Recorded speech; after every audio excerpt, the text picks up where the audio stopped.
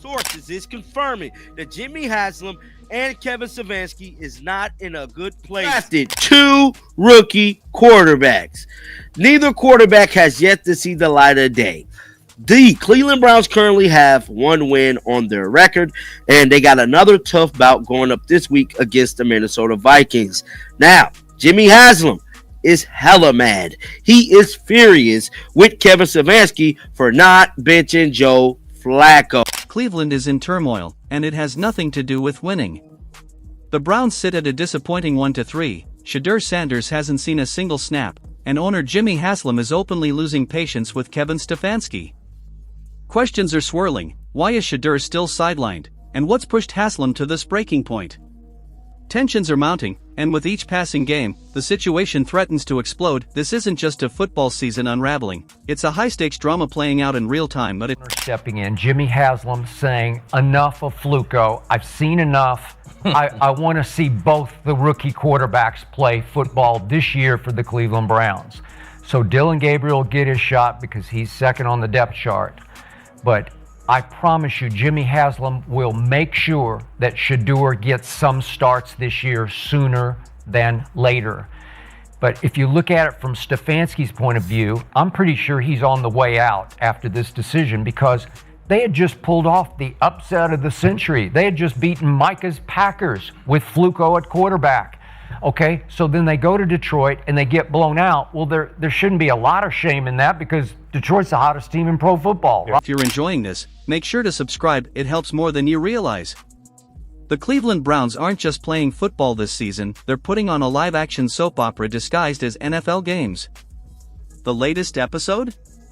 Owner Meltdown, The Haslam Chronicles. After slogging through the first 4 games with a measly 1-3 record, Jimmy Haslam has clearly reached his breaking point with Kevin Stefanski's brand of stubborn coaching. Major issue, man.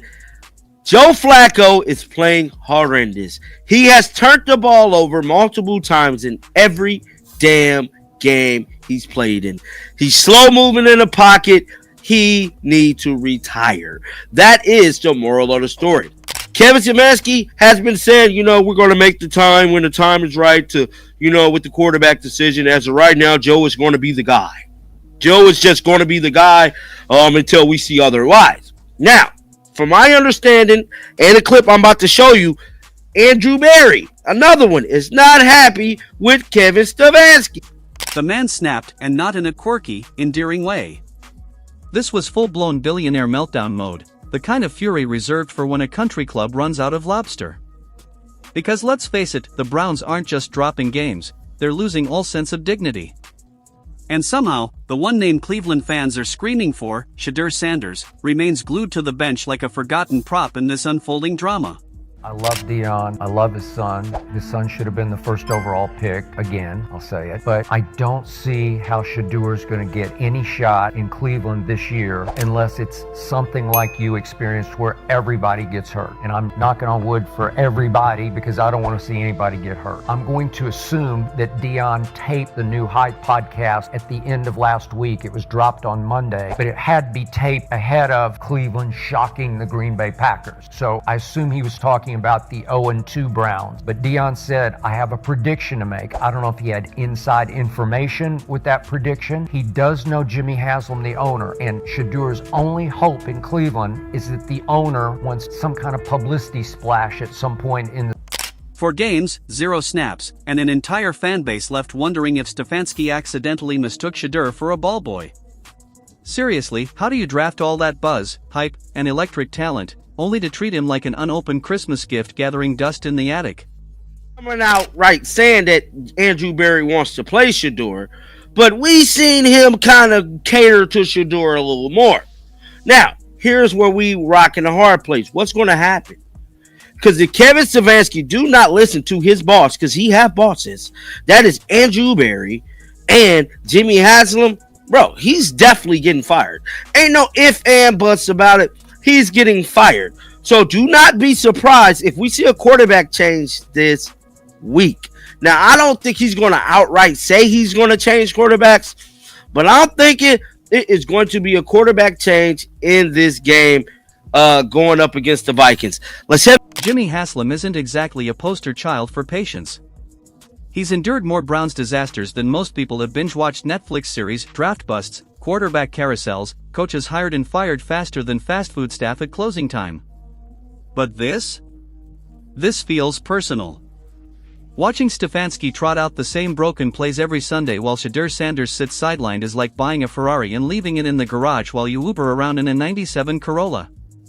Haslam didn't just raise an eyebrow, he went full scorched earth on the Stefanski show. And honestly, who could blame him? This isn't a rebuilding year, it's not a trust the process experiment, this is supposed to be a team ready to win, yet they're playing like extras in a blooper reel. The only consistent thing has been the offensive missteps. Fans have been chanting for Shedeur like he's a football messiah, yet Stefanski continues to act as if he's invisible.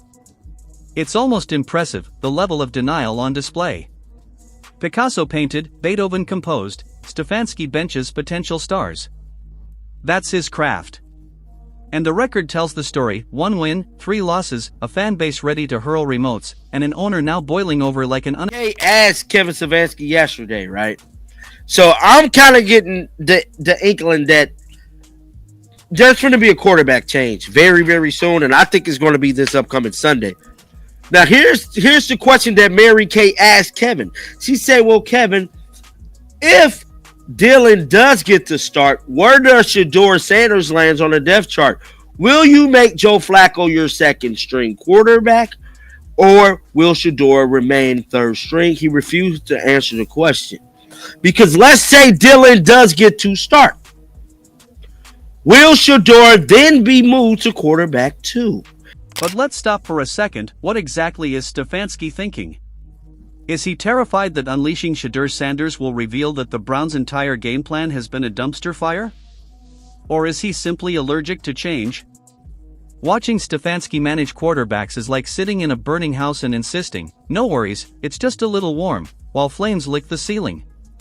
From the outside, it's painfully obvious, Shedeur-Sanders is ready, fresh legs, dynamic energy, the spark this roster desperately needs. And yet, week after week, Cleveland's offense stumbles like it's allergic to touchdowns, leaving fans screaming into the void, wondering why their coach refuses to play the one guy who could change everything. Enter Jimmy Haslam. The man didn't just crack, he erupted. Imagine watching a multi-million-dollar investment trip over its shoelaces every Sunday while the golden ticket sits untouched on the sideline. It's like buying front-row concert tickets and never letting the headliner take the stage. Haslam knows business. He knows performance. And right now, the Browns are failing at both. So when he finally lost it, it wasn't just about wins and losses, it was about respect, optics, and refusing to look like the league's laughingstock.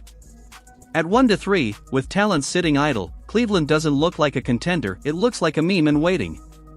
And Jimmy Haslam knows the internet never forgets a meme.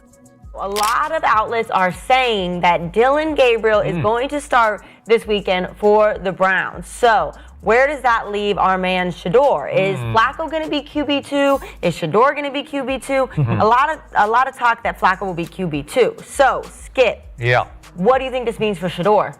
It means that glory be Shedeur-Sanders is actually going to get his shot this year in Cleveland. Woo! That's what just happened. Agreed. I was pleasantly shocked by this, and I don't believe that Kevin Stefanski had anything to do with this decision, or it was... The fallout from Haslam's outburst? Oh, it's going to be spectacular. The locker room is already tense, and now, with the owner openly fed up, Stefanski's seat isn't just hot, it's volcanic. This isn't your usual coach under pressure scenario, this is a clear signal that patience has officially run out. Stefanski is now tiptoeing the sideline like a man on a tightrope in flip-flops, while poor Shedeur-Sanders sits trapped in the middle. He didn't ask for drama, he just showed up ready to play, ready to spark life into a franchise starving for energy. Instead, he's become the league's most talked about benchwarmer. Every camera shot of him on the sidelines practically demands soap opera music. Fans treat him like Cleveland's last hope, and Stefanski's refusal to unleash him turns each Sunday into an episode of What Could Have Been. But the real kicker? This saga is far from over. Haslam's explosion isn't a one-time tantrum, it's just the opening act of what's shaping up to be one of the NFL's juiciest dramas. Will Stefanski finally cave and put Shedeur on the field, or will his pride drag the Browns further into the abyss? Will Haslam keep yelling from the owner's box, or make the ultimate billion? Shedeur Sanders is the Cleveland Browns QB1, dog. Y'all quite frankly pissing him off. And I'm finna show y'all why Shedeur is the starting quarterback, dog. They put Dylan Gabriel in the game after washed up 40-year-old Joe Flacco got sent out of the game, dog. Look at that. That's trash. That's trash, dog. That's absolutely terrible. You get in the game and do that, Gabriel? Guess what? Your coach is kind of pissed off too. Look at your coach, he's like, damn, that didn't work either. Let me tell you something here, buddy. You better start Shedeur, or your job is on the line, baby. Cleveland isn't just losing games, they're losing their collective sanity. Every Monday morning, Browns fans wake up not asking, did we win, but how spectacular was the disaster this time? And the latest spectacle? Ignoring Shedeur Sanders like he's an invisible football ghost. Honestly, if Shatter stood in the huddle with a neon sign screaming "Play me," Stefanski would probably squint, shrug, and still call the same dull plays. Enter Jimmy Haslam, overflowing with billionaire-level frustration. He's poured truckloads of cash into this team, only to watch it resemble a high school squad running Madden rookie mode plays. He isn't smiling through a 1-3 record or applauding Stefanski for sticking to the plan. He's sitting in that owner's suite like a man who just realized he invested in a rocket ship that can't even leave the driveway. The rage finally boiled over. Forget polite boardroom meetings, he went full "I've had it" mode. When an NFL owner hits that point, it's like a volcano erupting, there's no cleanup crew big enough to hide the mess. Stefanski's calm, buttoned-up demeanor stands no chance against a billionaire ready to pop a vein over a team that can't score. And let's not forget the fans. Cleveland supporters are some of the most patient, loyal, and long-suffering humans on the planet. These are the people who endured the factory of sadness, survived endless quarterback rotations, and celebrated playoff berths like a second coming. Joe played for you and just kind of kept coming back at it. I thought he saw it well. I thought, I thought he saw it well. Got the ball to the correct people a lot of the time. Mary Kay gave guys opportunity to catch and run. But yeah, frustrated for him and for everybody. Those deflected passes, that did you think both of those should have been caught by your receivers? Listen, if you ask those guys, they're going to say yes. Jerry and Seth are our two best receivers. We are counting on them. We will always be counting on them, and they will come through for this football team. I have zero doubt about that. Zero. But even the most loyal fans have their limits. Watching Shedeur Sanders rot on the bench while the team collapses? That's the kind of thing that drives people to write angry open letters on Facebook in all caps. You can feel the city's frustration. Tailgates aren't just parties anymore, they're therapy sessions. "Why won't they play Shatter" has become the unofficial rallying cry. It's like a protest movement, except instead of marching outside City Hall, fans are yelling it outside the stadium, wearing dog masks and clutching cheap beer cans. Every loss feels like a slap in the face, and each week Stefanski refuses to budge, the chants only grow louder. Haslam knows this. He isn't just angry about the record, he's furious about the optics. In Cleveland, when fans turn on you, it's not subtle, it's raw, loud, and spreads faster than gossip at a family reunion. Every local radio show, call-in segment, and social media thread is dripping with "Why isn't Shatter playing?" Haslam doesn't want his team to be a punchline. Frustrating to watch you coach. I'm a Kevin Stefanski truther, which means I'm a hater because he's so bad. And he's so arrogant and uppity about it. Like, he doesn't belong in Cleveland. I've never really been to Cleveland. I've been to other parts of Ohio, probably some of the worst parts in Ohio, played baseball in some of the worst parts of Ohio. Nothing about that state gives me ivory tower. There's plenty of smart people in Ohio, but they're like kind of rugged, intuitive, intelligent. They're not snobby. Why is this? Watching Stefanski run this team is like trying to put out a grease fire with a cup of water, painful, predictable, and doomed from the start. Meanwhile, Shedeur Sanders is trapped in the most awkward spot imaginable, Cleveland's forbidden fruit. The player everyone craves but no one gets. He could step onto the field, throw a single pass, and fans would probably storm the stadium in tears of joy. That's how desperate the city has become. Yet there he stands on the sideline, helmet on, waiting and watching, while the Browns' offense sputters like a car with 3 flat tires. Haslam sees it all, and he isn't staying silent. For him, this isn't just football, it's about investment, pride, and the humiliation of watching your $1 million toy malfunction in front of millions.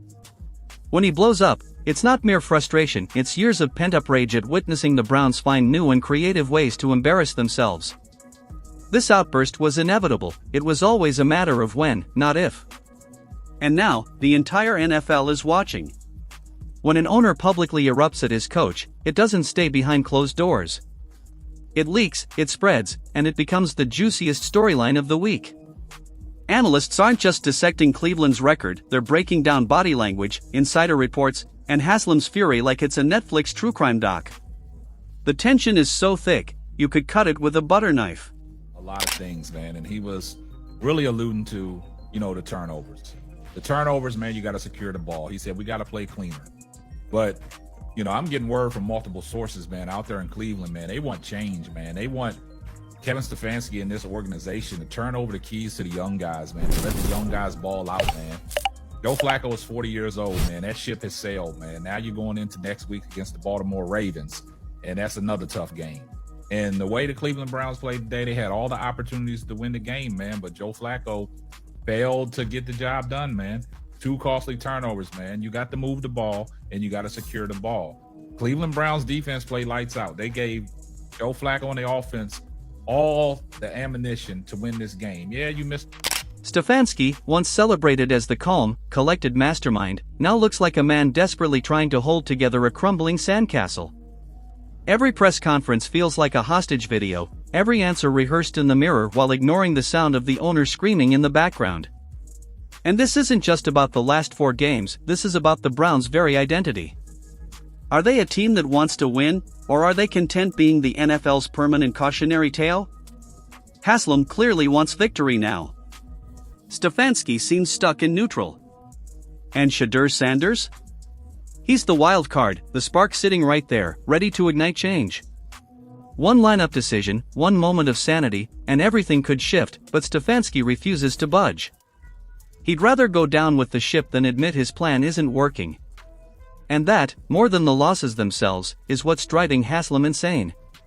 It's the coach team. He never wins. He's an offensive coach that can't generate offense. Their roster sucks. Barry sucks too. Like, just having to be subjected to watch the Cleveland Browns play football as an NFL fan is exhausting. Won't play Dylan Gabriel. They stick with Joe Flacco. The fact that we have to watch Joe Flacco play after what happened with the Colts. Sure, he had a Linsanity run with the Browns. Then he played with the Colts and they had to go back to Anthony Richardson. This is the same team. Got Danny Dimes balling. What is Jimmy Haslam doing? Jimmy Haslam's like a smart guy, a swaggy guy, a very rich person. I know some things about Haslam. He's sick. Really connected to people that I know. At this point, fans aren't tuning in for touchdowns, they're watching to see just how messy the Haslam-Stefanski saga will get. Will the coach finally cave and unleash Sanders? Will Haslam slam the big red you're fired button? Could the Browns somehow turn this chaos into a miracle run? Nobody knows. But everyone is watching. And that's the cruel, captivating comedy of Cleveland football. No matter how much of a train wreck the team becomes, they never fail to entertain. Even at 1-3, they dominate the headlines. And while Shadur sits untouched on the sidelines, he's already the most talked about player on the roster. The next move is Stefanski's, but with Haslam breathing down his neck and a furious fanbase demanding change, the clock is ticking louder than ever. If he doesn't act soon, he might not be the one calling the shots for much longer.